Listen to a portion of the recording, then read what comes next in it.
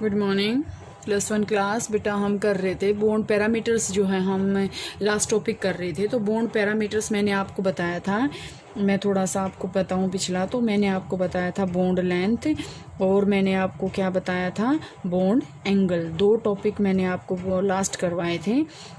तो bond angle और bond length के बारे में अगर बेटा मैं आपको बताऊं तो बॉन्ड लेंथ आपके पास क्या होती है कि ये एवरेज इक्विलिब्रियम डिस्टेंस है किसके बीच का, centre of the nuclei of two bonded atoms, कि दो बॉन्डेड एटम्स हैं उनके बीच का जो डिस्टेंस है उसका एवरेज डिस्टेंस, जो इक्विलिब्रियम डिस्टेंस है उसको हम क्या बोलते हैं, बॉन्ड लेंथ।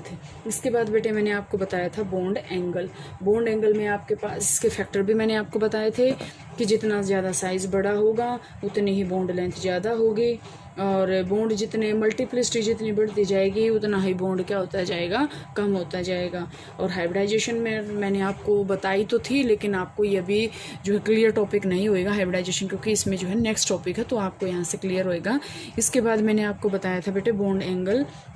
तो बॉन्ड एंगल में आपके पास क्या होता है बेटे कि ये जो ऑर्बिटल्स के बीच का बॉन्ड है, ऑर्बिटल्स के बीच का बॉन्ड है, ऑर्बिटल मैंने आपको सेकंड यूनिट में आपके पास आ चुके हैं, SP, D, F, उनके बीच का जो है डिस्टेंस है। और ये आपके पास क्या होता है, बॉन्डिंग होती है किसके बीच में, इलेक्ट्रॉन पेयर से बीच में। तो यहाँ से बेटे मैंने आपको करवाए थे। इसके बाद आपके पास जो नेक्स्ट आता है वो आता है bond enthalpy. Next one is the bond enthalpy. अब फर्स्ट ऑफ ऑल बेटे आप देखो बॉन्ड एंथैल्पी होती क्या है। अब +1 क्लास आप बेटे यहाँ से ध्यान से देखना, एंथैल्पी जहाँ भी वर्ड आ जाएगा उसका मतलब होता है एनर्जी।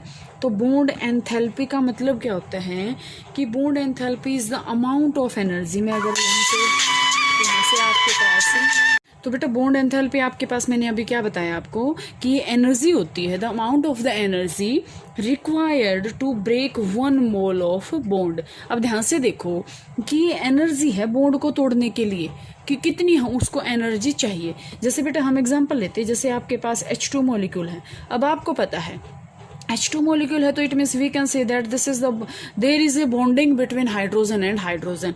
तो इस बॉन्ड को तोड़ने 1 मोल है ना, ध्यान से देखो आपको पता है। अब जैसे फर्स्ट यूनिट आपकी हो चुकी है, तो उसके बेस पे आपको यहाँ तक इतना क्लियर हो जाना चाहिए कि अगर यहाँ से आपके पास ये आता ना 2H2, तो ये 2 मोल हैं, हाइड्रोजन के कितने हैं, 2 मोल हैं, लेकिन यहाँ पे क्या है 1H2 है। तो हाइड्रोजन हाइड्रोजन के बीच की बॉन्डिंग को तोड़ने के लिए जितनी अमाउंट ऑफ एनर्जी यहाँ से जरूरी है उसको हम बोलते हैं बॉन्ड एंथैल्पी। तो यहाँ से बेटा क्या डेफिनेशन आई कि the amount of the energy required to break 1 mole of bond means 1 mole of bond का मतलब क्या है कि इन दो एटम्स को सेपरेट करने के लिए जितनी एनर्जी चाहिए सॉरी बेटा, तो इस एटम्स को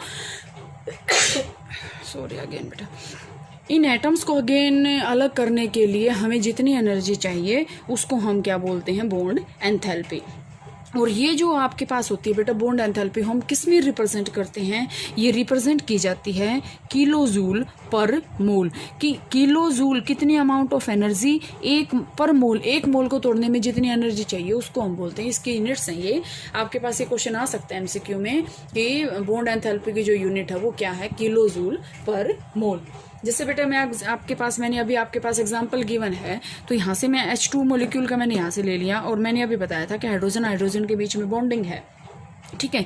जब ये बॉन्डिंग टूटेगी तो ये क्या बनेंगे, H + H मीन्स H2 टूट के क्या बन जाएगा, 2H। H2 टूट के क्या बन जाएगा, 2H, ठीक है। तो इसके लिए जो एनर्जी चाहिए डेल्टा H, डेल्टा का मतलब होता है small change in H enthalpy. H क्या होती है, एंथैल्पी।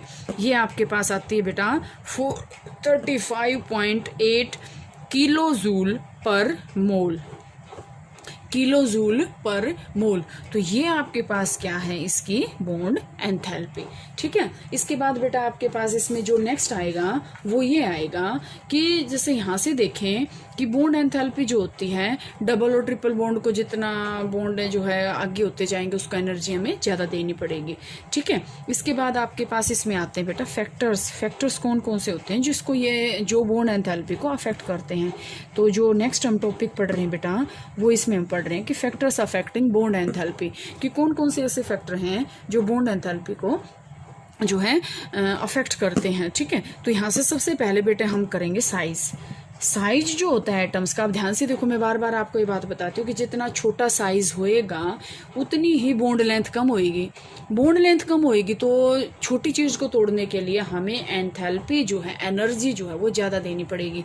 ध्यान से देखें, लेसर साइज, इसका इसी के ऊपर डिपेंड क्या हो जाएगा, लेसर बॉन्ड मतलब बॉन्ड छोटा हो जाएगा, और एनर्जी क्या हो जाएगी, हायर विल बी एनर्जी, और एनर्जी क्या हो जाएगी, हायर। तो यहाँ से बेटे आपके पास ये क्लियर फैक्टर्स हैं कि लेसर साइज, लेसर बॉन्ड और हायर एनर्जी। मैं अभी आपको ये फिर से बताऊं तो देखो, मेरे पास ये मार्कर है, अगर मैं इसको यहाँ से तोड़ रही हूँ तो मेरे को एनर्जी बिल्कुल थोड़ी लगानी पड़ेगी, लेकिन अगर मैं इसका यहाँ से ये मैंने ये ले लिया इसका कैप, मैं इसको तोड़ूंगी तो मेरे को एनर्जी ज़्यादा देनी पड़ेगी। Means small the size higher will be enthalpy. इसके बाद बेटे आपके पास आती है मल्टीप्लिसिटी ऑफ बॉन्ड, कि अगर मल्टीपल बॉन्डिंग में अगर आ जाए तो वो आपके पास क्या होएगी, एंथैल्पी भी ज़्यादा होएगी। जैसे देखो, मैं आपके पास एग्जांपल लेती हूँ, O double bond O, oxygen oxygen double bonding है, ठीक है। ऑक्सीजन ऑक्सीजन अगर डबल बॉन्डिंग है तो इसके बीच में देखो, एक बार तो ये बॉन्ड तोड़ना पड़ेगा, दोबारा हमें ये बॉन्ड तोड़ना पड़ेगा, ठीक है। तो यहाँ से ये स्ट्रॉन्ग बॉन्ड है इसके बीच में, तो यहाँ से इसको एनर्जी हमें ज़्यादा देनी पड़ेगी, ठीक है। इसके बाद आपके पास आता है बेटे बॉन्ड ऑर्डर। बॉन्ड ऑर्डर आपके पास इसी में आएगा, मोलिकुलर ऑर्बिटल थ्योरी, तो आपको बॉन्ड ऑर्डर समझ में आ जाएगा कि बॉन्ड ऑर्डर का मतलब क्या होता है, ठीक है। आपके पास लेविस कंसेप्ट के अकॉर्डिंग देखो, कोवलेंट बॉन्ड आपके पास क्या आएगा कि बॉन्ड ऑर्डर आपके पास क्या है, number of bonds present between two atoms. कि जैसे मैं ये कहूँ, हाइड्रोजन हाइड्रोजन के बीच में तो सिंगल बॉन्ड है, ऑक्सीजन ऑक्सीजन के बीच में डबल बॉन्ड है, और नाइट्रोजन नाइट्रोजन के बीच में ट्रिपल बॉन्ड है। तो इसका बॉन्ड ऑर्डर 1 है, इसका बॉन्ड ऑर्डर 2 है, और इसका बॉन्ड ऑर्डर 3 है। तो बॉन्ड ऑर्डर आपके पास क्या होता है, मल्टीप्लिसिटी वाला इफेक्टर आ गया। तो बॉन्ड ऑर्डर आपके पास क्या होता है कि जितना आपके उसके बीच में टाइप ऑफ बॉन्डिंग है। यहाँ से ये बेटा बॉन्ड पैरामीटर आपके कंप्लीट हैं। इसके बाद आपका बहुत इंपॉर्टेंट टॉपिक आएगा, वो आएगा रेजोनेंस स्ट्रक्चर्स।